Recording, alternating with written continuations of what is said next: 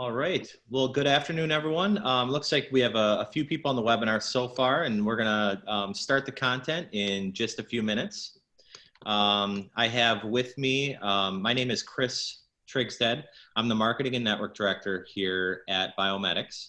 And I have with me some other panelists, and we're going to have a kind of a roundtable discussion about the operationalization of PadNet within different practices. So looks like we got quite a few people joining right now. But I'd like to start off by introducing our first panelist, Dr. Pelto. So Dr. Pelto is a podiatrist who practices in Central Massachusetts Podiatry. He went to college at Dr. Scholl's College of Podiatric Medicine. He's board certified for foot surgery. He has also authored 4 books about podiatry and foot health. And he also has an active YouTube channel really focused on healthy living. And I had an opportunity a few weeks ago to be interviewed for that YouTube channel. I also have with me Steve Escudero from Riverside Medical Group. He is the Implementation and Operations Manager of Cardiology. He oversees primary care, cardiology, and podiatry practices. He has 15 years of professional experience in cardiology with a billing background, and he's also CPC certified. The reason I invited both of these speakers to join this webinar is that both these speakers have been able to really optimize PadNet within their practices to improve patient outcomes, and have really kind of dialed in how to, from an operations and clinical perspective, make sure that they are testing the appropriate patients with PadNet. So our objectives today are to review the effective workflows for your practice to accelerate and simplify the use of PadNet, and then also go over the patient experience. Dr. Pelto specifically has has talked about the use of PadNet as a way to enhance the patient experience, and I'm sure Steve will have some good insights as well. And then we'll go over some of the common questions, and we have some example EMR workflows and ways to really, from a provider perspective, to add this on as an ancillary service without taking much more of the provider's time. So within Biomedics, you know, when we think about who qualifies for a PadNet test, we talk about the fact that most of the time providers depend on patients that are self-reporting primary indications or symptoms. We also encourage people to discuss potential symptoms with patients. We also provide patient-facing education, such as questionnaires that can help uncover some primary indications or symptoms of PAD. We also go over some different things involved with the physical examination. We also offer chart review services where you can analyze the patient charts in your EMR system to find patients who are already presenting with primary indications. And also there's the opportunity to screen at-risk populations. And just want to open this up to Dr. Pelto. Is this, can you talk a little bit about what kind of protocols you're following in your practice for identifying patients that need PadNet? Yeah, one of the challenges that I had initially, and we've had PadNet for a number of years, and only recently was I using it more. And I think the big challenge for us as providers, we didn't want to overutilize something. And what I used to, and I've tried different things. At Chris, originally they gave us this little template that we're having people fill out, but the questionnaire, I guess. But in a busy practice, I was going through the literature, and I think Chris is going to allude to some of this.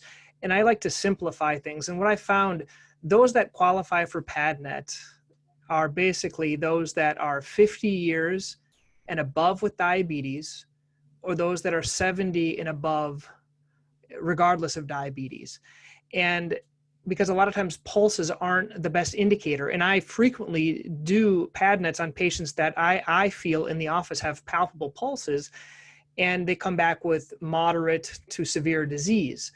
And that's what I've just found the easiest, to kind of keep those guidelines in my mind. My whole staff has those guidelines. In the last years of doing it this way, there's never been any problems. So it's been great for the practice. Yep. And well, thanks for that, Dr. Pelto.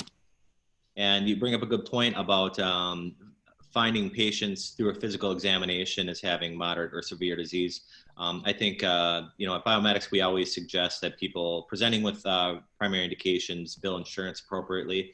And we do advocate for screening as well. We think that is clinically valuable because we know that from the research around PAD that consistently over 50% of patients with PAD do not present with that classical first symptom. I think part of that is general tend to underreport symptoms to your provider. Also the fact that it's progressive and you have, you know, maybe patients that are chalking it up to old age. Whether or not a patient has symptoms does not have an impact on whether their PAD related mortality. And there are studies that indicate that patients that maybe aren't complaining about intermittent claudication or pain while walking are not reporting those symptoms because they've simply stopped exercising. So if it hurts when I walk, I tend not to walk. So if you ask me if it hurts while I walk, the answer is no, because I'm not walking. Going back to the PADNet questionnaire, I know, so Dr. Pelto follows a slightly different protocol, but I think Steve has done a great job at integrating the PADNet questionnaire within his practice. Do you want to go over that in a little bit, Steve? Sure. So the questionnaire has been great for us and all throughout Riverside Medical Group. We have integrated and tweaked this form and adjusted this form and customized it for podiatrists and for cardiologists.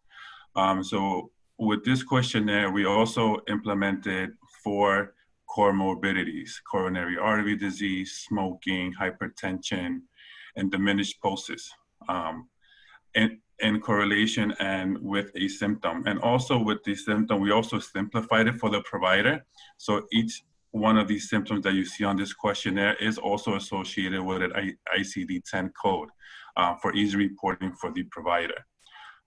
So we customize it. The offices love it. Like Dr. Pelto was saying, we screen patients over the age of 50.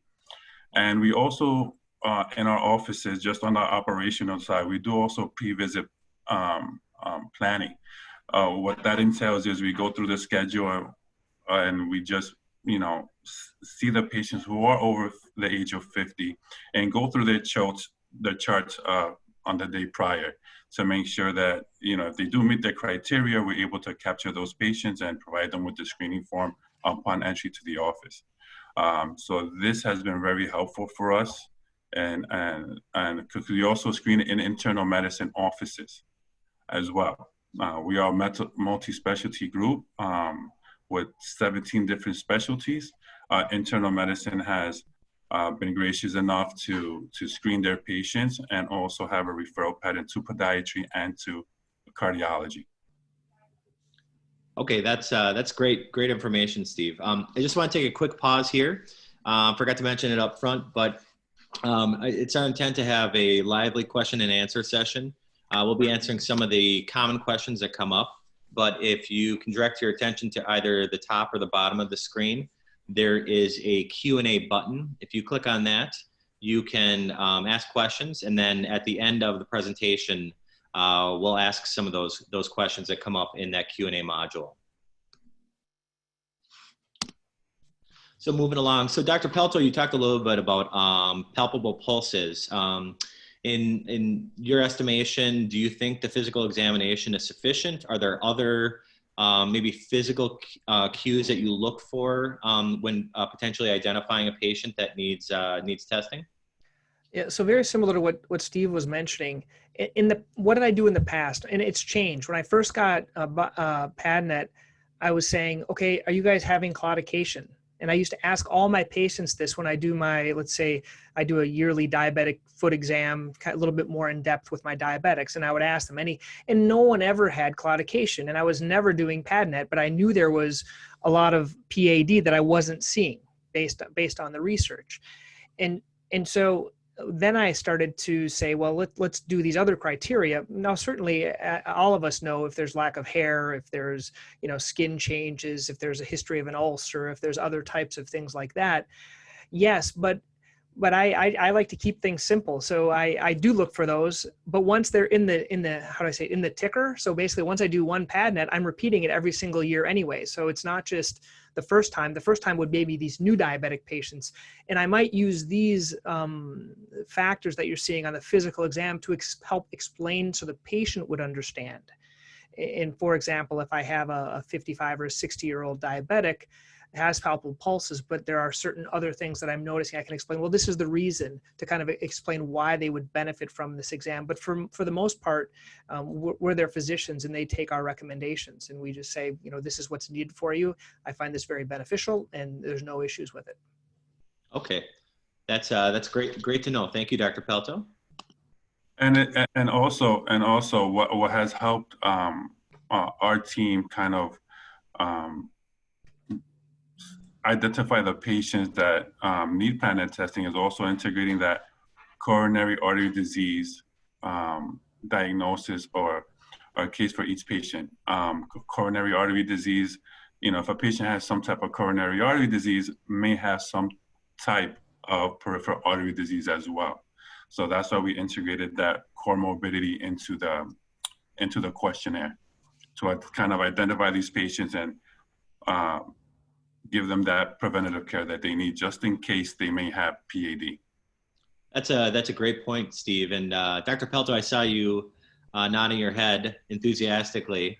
Yeah. Is there anything you want to add there? Well, it's just how I explain it and exactly what Steve said. And I say, Mrs. Jones, I think you might have some circulation issues. And the way I explain it, we'll get to it later. I said, Mrs. Jones, if you have poor blood flow in your calves, that may give you some cramping when you're walking.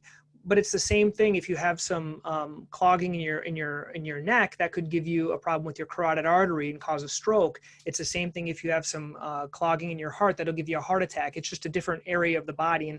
And using those examples with our patients really makes it a lot easier for them to understand. Now, I don't deal with the carotids or the heart, but I say, it might be good to talk to your primary care. And we have a system where we send this to the primary care as well. And I do make recommendations that they would have the cardiology evaluation and other types of evaluations done as well. That's a great point, Dr. Pelto. So Steve, as you think about identifying patients with PAD and potentially screening them for other related conditions such as CAD, have you seen, maybe patients with PAD are more likely to have CAD or some sort of correlation there between those diseases?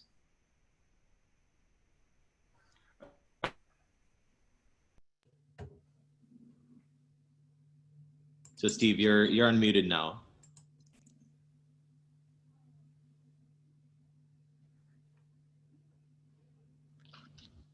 Well, so Steve, we can always come back to that. Manage the patient well with medications and prevent the situations to get even worse. Okay. Well, that's great, and we have some information about that. The correlation between PAD and coronary artery disease as well. Thinking about screening at-risk patients, I know that we've put out, kind of published and amplified a lot of research around these at-risk patients.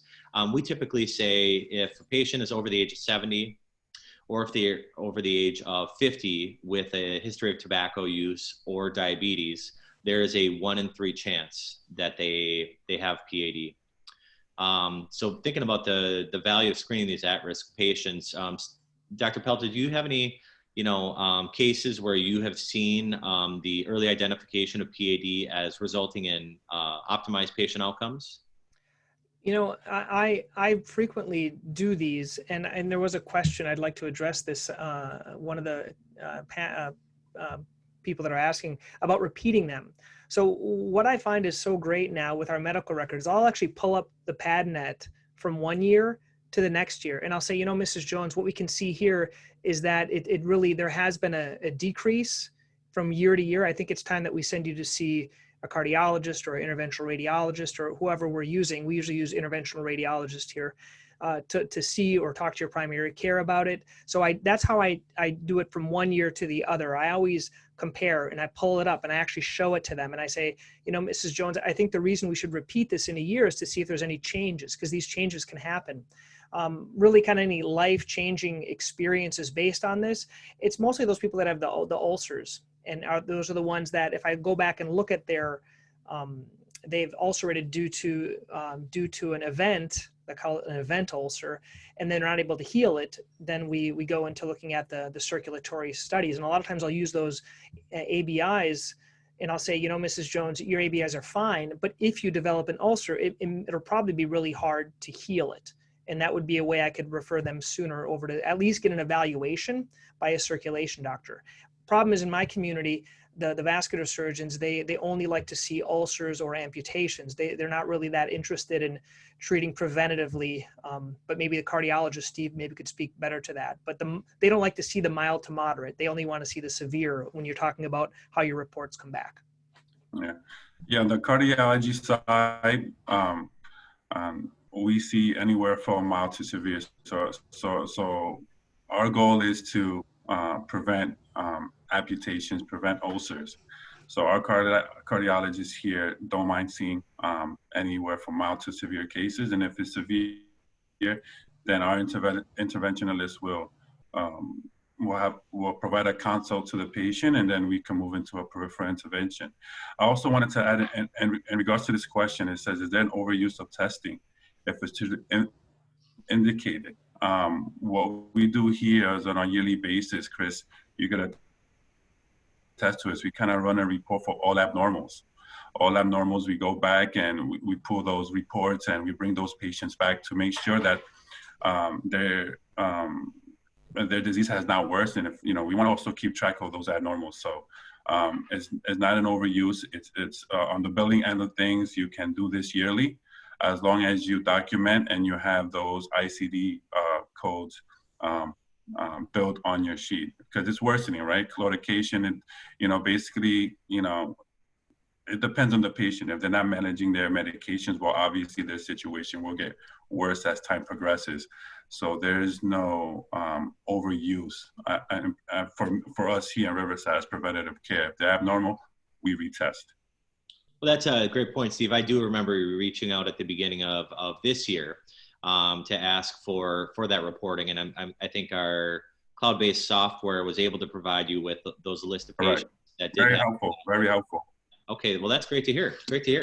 Well, I'm going to move on really the process of ordering the PadNet test. And Dr. Pelto, I think you have some pretty cool protocols in place in your practice. You talked a little bit about the fact that it takes about 2 minutes of your time to actually order a PadNet test. Be great if you could kind of discuss how the workflow works within your practice. Yeah, so these kind of ghetto pictures here on the slide are mine. The top one is what my staff look at. You can see it says ultrasound / PadNet, no BCBS, no Tufts, no Signet. That's just my community who does not allow for me to do the PadNet on them. So they know that. If it's indicated, I do send them to the hospital for ABIs. I don't offer it. I know some places might just do a cash pay. We don't do that. We send them to the office or the hospital if they need that. And it's actually not 2 minutes. It's actually 2 seconds. So on my medical record underneath, you can see it has the diagnosis, it has ABI, and then that's the order set. Basically every EMR, you just put in ABI and it sets it, and then it puts a tickler for my staff and they will set that up. And it takes 2 seconds. I already explained how I associate it with stroke and heart attack. The insurance, if I can't remember these insurances, I will just have my staff do that. I'll put the order in the chart. Then after I do that, that takes me 2 seconds. I pretty much say, are you 50 or above with diabetes? Are you 70 with non-diabetes? Mrs. Jones, you need this. I'm going to put it in the chart. Is that okay with you? Oh, okay.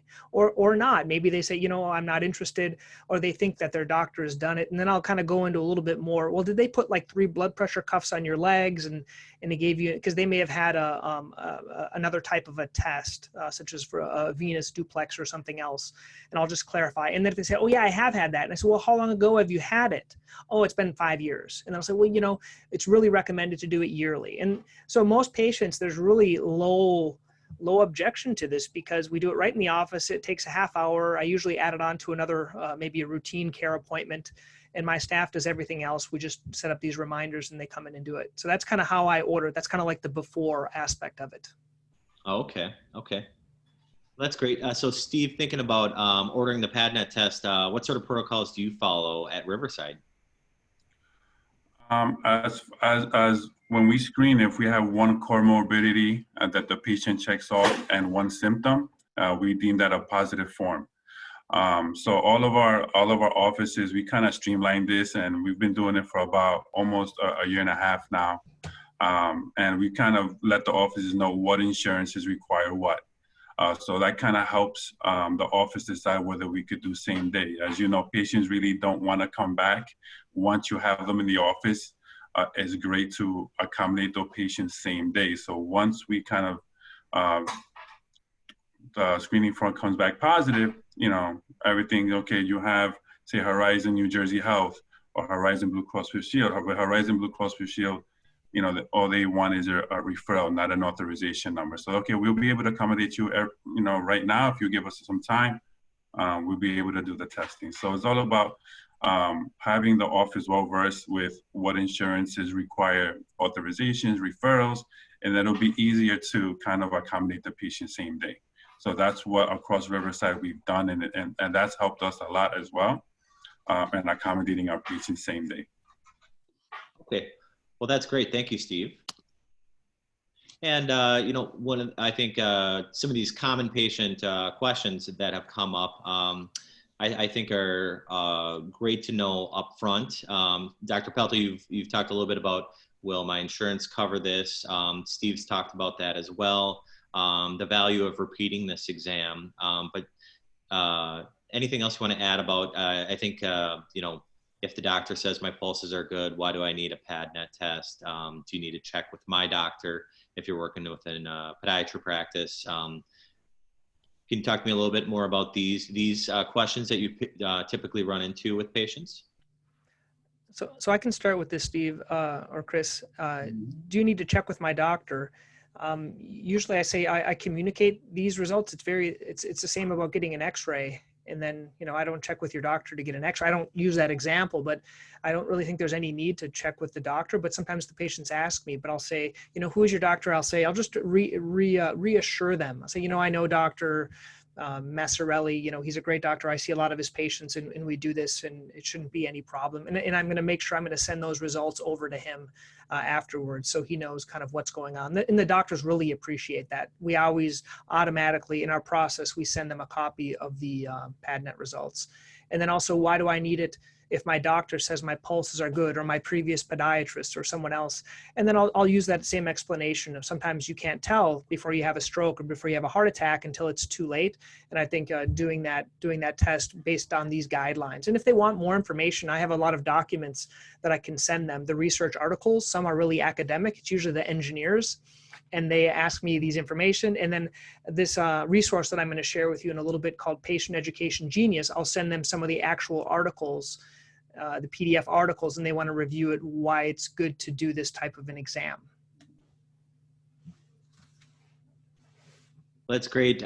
Steve, I think one of the questions that we typically get asked, specifically within the podiatry community, and, you are managing a cardiology group as well.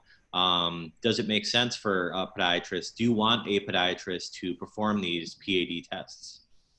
Of course we do. I think podiatry see disease patients, peripheral artery disease patients more than cardiology does. So I think it's in their best interest to do PADNET testing. Our 3 to 4 podiatrists in our group accommodate 2 to 3 days testing a week averaging maybe 10 to 15 PADNet tests per day because it's necessary. It's necessary on the clinical side, preventative care for these patients, and also if they do need an intervention, such as a peripheral intervention, our cardiologist then will step in and provide the care that the patient needs. So I think it's very, very important. And this is a team effort, across the board, podiatrists, internists, and cardiology, to make sure that the patients get the care that they need. Because if the cardiologist may not catch it, you have the podiatrist that may catch it and may refer it. Well, that's great to know. Thank you, Steve.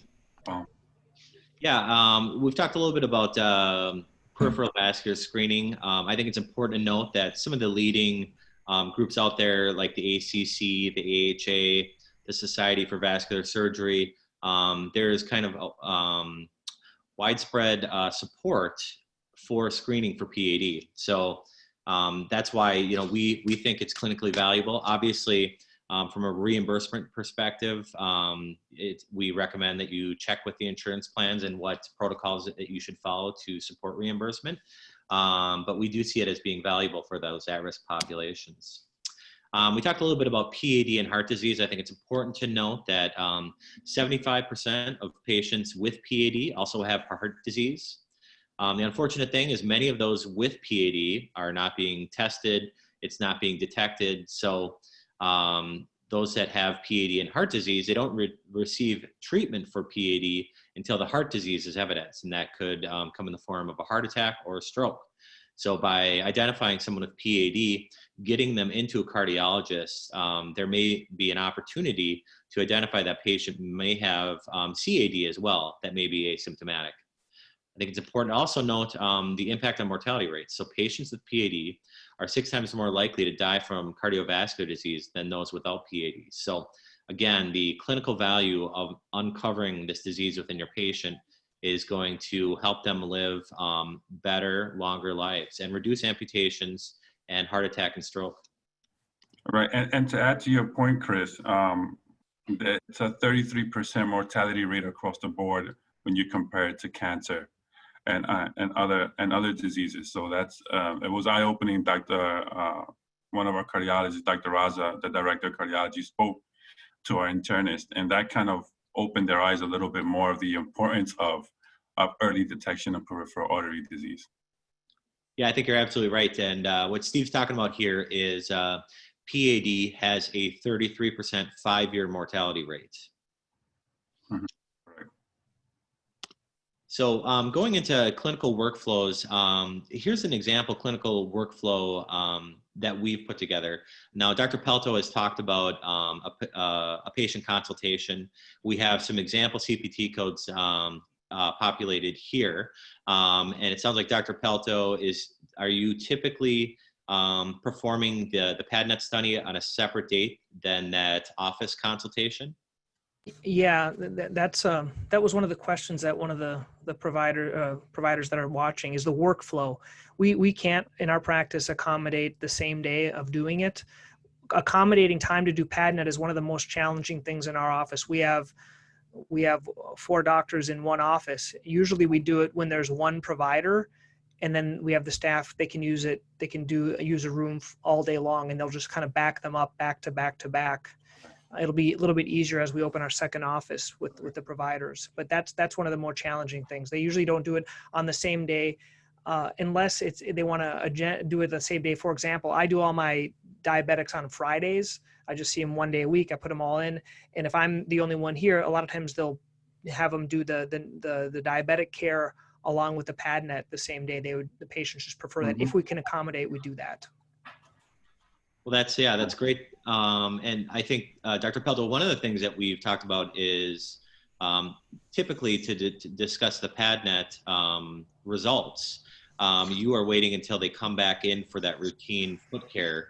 And I want to see, Steve, what is your protocol that you follow for discussing PADNet results with a patient after you've performed the PADNet test? Right. So any abnormals, any mild to severe abnormals, we typically see them within the next week for results. We call the patient back and advise them that, the specific doctor wants to come back and discuss results. So after that, when the test is done, we typically have already the follow for the results for their testing. And is that done in person or over the phone? That is done in person. Now with telemedicine, now it gives us a more of a opportunity to make it easier for the patient. You don't want to sometimes bring the patient back unnecessarily if everything is normal and everything is okay. So now we're integrating more telemedicine. So it's both. Usually when on our end, it's more than one test being done and scheduled. We have echoes, nuclears, venuses. So we kind of bring the patient back to review everything. Oh, okay. And the patients like to come back to review everything. Okay. We have a very older population. Maybe the young population does do telemedicine, but the elderly population, they do come into the office. They don't mind it. And as to Dr. Pelto's point, each office is different, right? Each office has their distinct workflow. Some offices can accommodate same day. Most offices can't because of the time in the room and the amount of providers that are in the offices.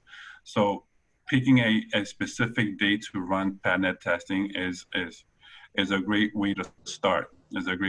Start identifying your patients and start scheduling on a specific day. And the time that it takes an NMA or your specific team member to learn to do PADNet is fairly easy. And once they get a hang of it, it takes anywhere from 20 to 25 minutes to run the test. So you can schedule patients every half hour. Steve, do the podiatrists see their patients back as well to go over the results? Yes, they bring their patients back. Mm-hmm. So Steve, is that then billed as a separate office visit too? Correct. You could. So the patients are coming back. You go over the results. Any questions that they have. That is a separate office visit. There is no global period for reviewing results for these patients. Okay. Well, that's great to bring up. And thinking about this sample workflow with reimbursement. I think it's important to note. Now we potentially could have 2 office visits, the PADNet test specific visit, the potential prescription of diabetic shoes and or inserts. So an experience that could be reimbursed at a rate of, let's say, approximately $500. But Steve has had a good point that the use of PADNet in his practice is a useful tool in helping to reduce healthcare costs. I know that you talked about that with me this morning. I don't know if you want to dig into that a little bit more. Yeah. So PADNet also gives the providers and the group also to speak to the insurances. I know each provider has their own provider rep, has these insurances, and every provider wants to kind of negotiate their rates. And this kind of gives us leverage. If we could, this preventative testing, obviously, if we catch it, also reduces hospital admissions and reduces the hospital cost. And this is what the insurances are looking for. They're looking for providers and to reduce hospital costs, to provide great preventative care. And this will give the medical groups leverage to negotiate rates as well. So this is kind of what we've done here in Riverside. Preventative care has and the reduction of hospital admission and hospital costs has given us the opportunity to negotiate rates with insurances. Yeah, that's a great point, Steve. Yeah, thank you for that. Mm-hmm. I want to talk a little bit about lifestyle modifications too. I think that we've talked a little bit about our revascularization and some other therapeutic options, but I think the prescription of some of these lifestyle modifications, including smoking cessation, could be valuable to practices. Smoking cessation leads to an 80% lower risk of PAD. And they also have found that successfully completing smoking cessation also reduces the occurrence of those PAD-related symptoms, such as claudication. Now, I know nutritional counseling is another important lifestyle modification that could be leveraged. And Dr. Pelto, I know that you are a big fan of proper nutrition leading to better patient outcomes. So I was wondering if you wanted to talk a little bit about nutritional counseling. I know you're a fan of intermittent fasting too. Wonder if you wanted to chime in here. Yeah, I'd be happy to. So everyone's going to kind of think it's very odd why a podiatrist is talking about intermittent fasting. But I've been personally doing it for a number of years, and I got really frustrated with my patients keep just having more and more medications, more and more insulin, and I wanted to get to the more proximal cause. And usually it's due to obesity or diabetes, as we call it. And really low carb really, really works, I think. But it's how do you get an 80-year-old to do low carb all the time? It's really hard. And so I just want to let you know, I don't de-escalate from medications at all. I do a light kind of lifestyle thought. I do some motivational interviewing. I say, Mrs. Jones, if you could change one thing about your health, what would it be? And 100% of times patients want to lose weight. And as a podiatrist, a lot of times I'm treating them for their foot condition because they get injured. And I ask them, well, what happened? Well, I was working out. I asked, do you like to work out? And they say, no, I was working out to lose weight. And it all comes back to weight loss for what we do, both for diabetes and for a lot of our musculoskeletal issues. And so I recommend them read, there's a book called the Diabetes Code or the Obesity Code. And really with motivational interviewing, you just kind of give them a little bit and I'll see them in 3 months. And if they're still interested, I'll go over it more. But I've had one patient totally got off all his insulin with it. And it's a very safe and effective way of doing it. Once again, I don't de-escalate on medications. Those are on insulin. I have them talk to their endocrinologist, but I have some good supporters in the community that I refer to help with that. Okay, great. So next up, I wanted to talk about another lifestyle modification. Now, this is a new CPT code that's been approved by CMS called Supervised Exercise Therapy. Feel free to dig into some of the details of the research around that. I've seen this actually being used in some heart and vascular practices. But Dr. Alan Hirsch at the University of Minnesota was a big proponent of using supervised exercise therapy as a lifestyle modification. And there's a fair amount of research around that supervised exercise therapy does improve patient outcomes. Now, Steve, are you currently using supervised exercise therapy at Riverside? Right now, we are not. We are slowly integrating our physical therapy and cardiology, our PT team, to have our cardiac rehab all in one. So we are in the process of doing that within the next year. Yeah. So we will soon be having our cardiac rehab team in-house instead of the patient out to the hospital.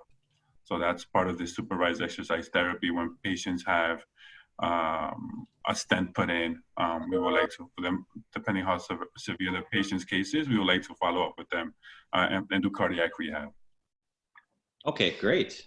Yeah, this is a new CPT code, and and I think we're all trying to figure out how to get this properly integrated into other practices. Let's see.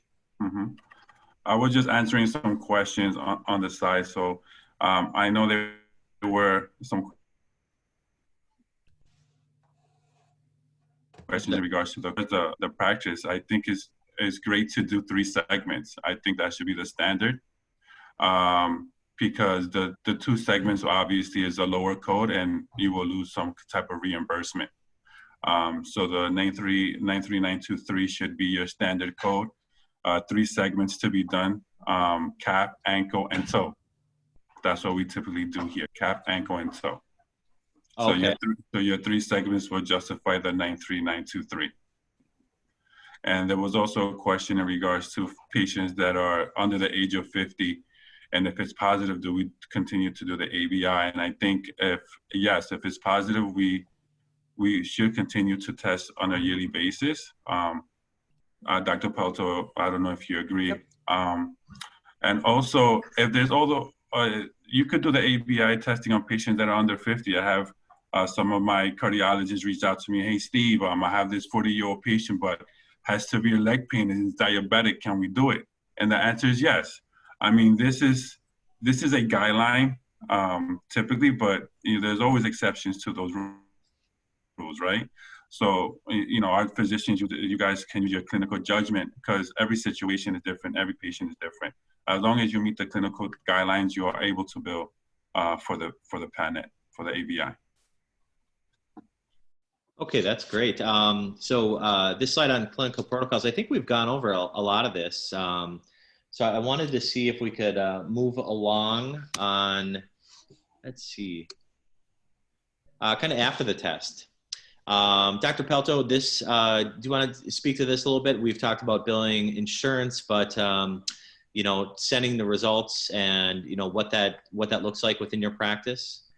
Yeah, I think and so I'll talk a little bit about how we do it after the test. So once the test is done, our staff is very clear about saying just, we're going to send it out. We'll get the results usually back in a week or two.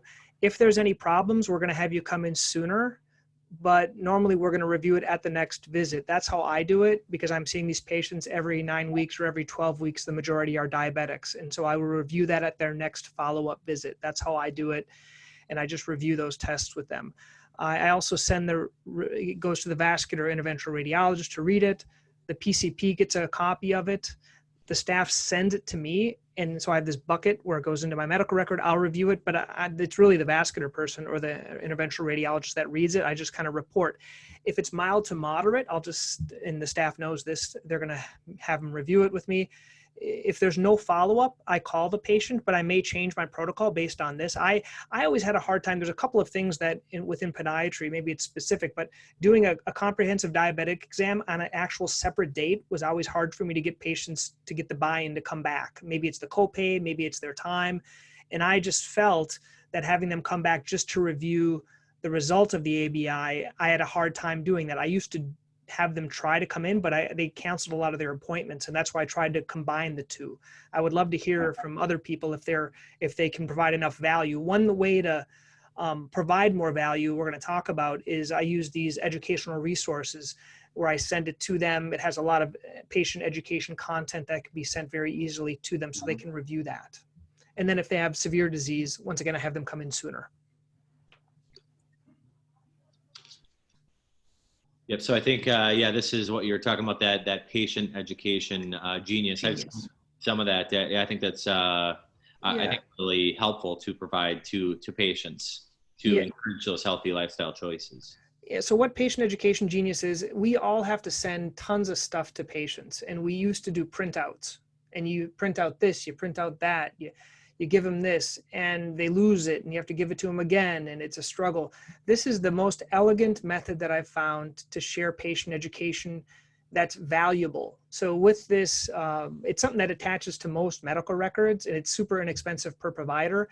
And what I do is I put content based on diagnosis. So for me, it might be, this would be ABIs, and I'll put in a lot of videos. You can do YouTube videos, you can do PDFs, you can do documents, you can do audios, you can do podcasts, you can do whatever you want. You select it and it sends it to them either via email, or it's cool, it can send it via text message. The other cool thing is once they review that, or if they don't review it, it sends them 3 reminders. And then it has a little chat bot and it asks them to do an online review. So if you're needing something to get more reviews on Google, for example, you send this to them and everyone will be asked to go to Google. Hey, how was your experience? Could you please tell us? So it's an automated way also of getting online reviews. Yeah, that's a great point. Yeah. Thanks, Dr. Pelto.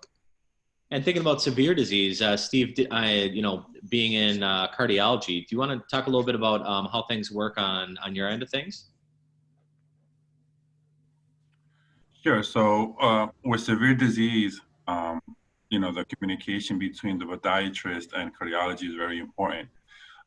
So they usually, have a, 10 to 15 minute, conversation in regards to the patient. They review the patient's chart and then they review the plan with the patient, whether we need to do a peripheral intervention, and then we coordinate. To Dr. Pelto's point, I think patient education is key, because the biggest question that the patient do ask is, why do I need this surgery? What will the result, will I get better? And I think with this information that I think this is a great idea, and great, and gives the patient a peace of mind. The biggest thing is that you want to remove that anxiety from the patient and make sure that they understand and that we're on the same side of giving them the preventative care and getting them back to where they used to be, as far as their day-to-day, right? Peripheral artery disease is very limiting to the patient. You can't walk. So we try to bring them back to where they used to be in a comfortable state, so that accommodating severe disease is priority for us, to make sure that the patient is taken care of. Yeah, so Steve, I'm sorry, Dr. Pelto, do you have any experience, a patient coming in with severe disease, getting a vascular intervention, and then coming back in after that intervention? Have you seen it have an impact on their quality of life? Well, it could be an intervention. It could be we work with some interventional radiologists, so sometimes they can do some more distal work into the toes, which works great. I know the cardiologists do the same thing. I unfortunately, I see a lot of times the opposite, where they end up with an amputation, which I don't like, and I thought I should have done it sooner. But yes, we see patients that come in that have a better quality of life. Who, usually they're getting a bypass or something else like that, because up to this point, it tends to be more the severe ones that come in too late when I get this, and then I'm sending them to vascular. The other ones are tending to be very, very good, and I'm just monitoring them. Okay. Right. That's great to know. Yeah. Well, No, but I think the interventions, just on the cardiac, on our end, we, from what we started, we kind of quantified it. Of the severe cases, we were able to save over 100 limbs within the last year or so, just because of the communication that we established between the podiatrist and cardiologist, and able to get them in as soon as possible and get them in the hospital or surgery center. Ulcers disappeared. We prevented, just this past week, if the patient would have been seen a week later, they would have lost the limb. So we were able to catch it. We were able to catch it, perform the intervention, and obviously to save the patient's limb. So communication, and with these severe cases, within providers is key. Well, great. Thank you for that, Steve. And I want to ask you a little bit about your front offices at Riverside Medical Group. I know that we talked a little bit about questionnaires. We also have PadNet brochures. We also offer posters. I just talked to a podiatrist down in St. Louis who told me they have their PadNet poster hanging right in their front office of their waiting area. But are you using any of those materials in your front office? Yes, we do. Yes, we do. Very much so. We place them in the waiting rooms and the offices, in the exam rooms as well. And we kind of use these initiatives. September's Peripheral Artery Disease Month. So we kind of use those initiatives and drive the testing on those given months. Not that just September we should be evaluating peripheral artery disease, but we kind of set the tone for the rest of the year. And it's also good to close out, giving the patient the educational tools that they need to make that conscious decision to say, hey, okay, I think I may need this testing done. Well, that's great. Yeah, thank you for that, Steve. So first of all, I wanted to thank Steve and Dr. Pelto. I know you're both busy healthcare professionals, and I thank you for taking the time out of your day, especially during the lunch hour here, to speak to some of the attendees. And I wanted to allow, so DocShop Pro is a partner of ours, and they really have encouraged participation and attendance in this webinar. And I'm just gonna let Greg Flasspohler from DocShop Pro to wrap it up here. So Greg, I'm gonna just, let's see. Okay, bear with me here. There we go. Hey, Greg, it looks like you're muted right now, but yeah, do you just want to talk a little bit about DocShop Pro and what you can offer to some of your providers? Yeah, absolutely. Thank you, Chris. We're proud to partner with Biomedics, and we partner with other groups for other product categories as well. At the whole DocShop Pro is a one-stop platform for your office. You can use it to cross-comparison shop for daily supplies, financial products, or capital equipment like the PadNet. You can utilize our partner programs for things like diabetic shoes and custom AFOs, and even find new patients. The real engine of what we do is our My Supply Manager. It can help you guys take the process of reordering supplies, all the brand names, generics, across dozens of vendors and manufacturers, something that you and your staff probably find is an hours-long chore, and transform it into something that's single-digit minutes. We even carry some of our competitors' products, and of course, almost always, we can save you some money along the way. Even if you never buy anything from us, our inventory management system can help you monitor your PAR levels and track inventory. It's designed to be very plug and play for workflow and staff changes. We were founded by physicians for physicians with that purpose in mind. Our team essentially is just a free consultative service to your practice. All of this is why we're proud to partner with Biomedics, working together to help support you, your staff, your patients, and with Biomedics help you save limbs and lives. Great. Thank you, Greg. And then turning to the question and answer session, to start off with, we're having some questions about the research around symptomatic versus asymptomatic patients. We talked a little bit about the prevalence being 1 in 3. We talked a little bit about the fact that whether or not a patient has symptoms or doesn't have symptoms, not having an impact on PAD-related mortality. But Dr. Pelto, have you seen cases where a patient is presenting maybe without those typical symptoms, but then having disease? Every single day, we see patients that don't have symptoms. That's what I did when I first got PadNet. And I was so frustrated with PadNet. I want to be very upfront, not frustrated with PadNet, but with me, because I didn't know how to explain it. And so for the first maybe 5 years I had it, I was doing maybe 1 or 2 a month because I didn't understand how to explain it to the patients. And I think we play defensive medicine as podiatrists, and we're concerned about getting, I don't know, money taken back or something like that.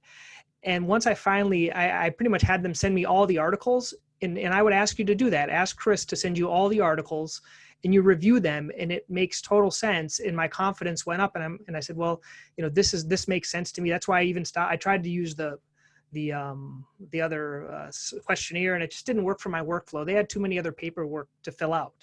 And that's why I opted not to use, just because they have to fill everything else on an iPad.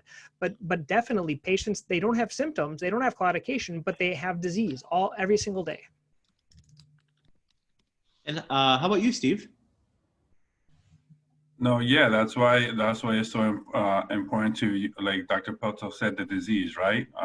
Correlation, leg pain, diabetes, CAD are all factors and all valid clinical indications to do this PadNet test.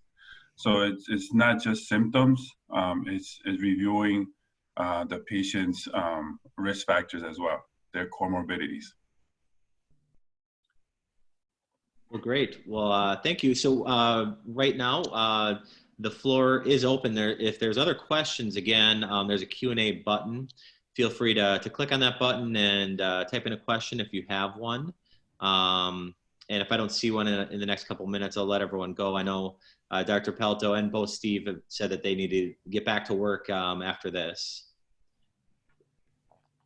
Also, we will make a replay of this available. We'll send out some links, and there were some questions for the PadNet questionnaire. And then it looks like Lauren from our team has a question too. Lauren, let's see, turn on your microphone in just 1 second here. Hi, Lauren. Hi, Chris. How are you? I'm good. I'm good. Good. Well, I've really enjoyed the webinar. I really was jumping in to make sure we didn't miss this question. It looks like we had an anonymous attendee ask about clarification on the research between symptomatic versus asymptomatic patients. And you know, it goes on to just say it says, my understanding is the patient with PAD is at the same risk of having a complication, et cetera, et cetera. Obviously, it's important to find PAD in their patients regardless of symptoms. So could you clarify just on what to do with symptomatic patients, obviously providing a reimbursable PADNet study, and then how PADNet can be used for asymptomatic patients, which we obviously don't want to miss? Or do you want me to? I'm happy to go ahead and explain. Oh yeah, that'd be great if you could. Yeah. Sure. So when a patient has a symptom and is experiencing a classic indication, obviously they are qualified for a reimbursable PADNet study. PADNet qualifies for CPT code 93922 or 93923, being the two most common CPT codes. If the patient does not have a symptom, but you're concerned based on risk factors, you know, age, diabetes, smoking history, you should definitely use the PADNet as a screening tool. And so you can do ankle PVRs on your patient. Now that's not reimbursed, but it's a 2-minute screening. And if either of those ankle PVRs appears abnormal, you now have data and justification to continue on with a complete reimbursed PADNet study. So you don't want to miss those asymptomatic patients. You can use the PADNet as a screening tool, just performing those ankle PVRs. Chris, do you have anything else to add there? No, I think you definitely bring up a good point. Yeah, yep, exactly. So although, you know, we do, you know, recognize the clinical value of screening for PAD for at-risk populations, reimbursement is another thing to consider within your practice. So. Absolutely. Yeah. Well, So, thank you all, Steve and Dr. Pelto. It's been great to hear from you and really get some workflow questions answered and some real life application of PADNet. So that's been awesome. Thank you all. yeah, thank you. And then just on another point, if there are questions that are still outstanding, feel free to email sales@biomedics.com or marketing@biomedics.com. Those are kind of catch-all email addresses that go to multiple people. And if you have questions or are asking for more materials, we'll be more than happy to follow up. All right, well, I'm not seeing any new questions come up right now. So that's the end of the webinar. And thanks again, everyone. I appreciate it. Thank you. Take care. Thanks. Take care, guys. Thank you. Okay, Chris, I'm going to go back to work here. Thank you. Totally understand. Thank you. Bye-bye. Take care. Thank you. Thank you, Steve.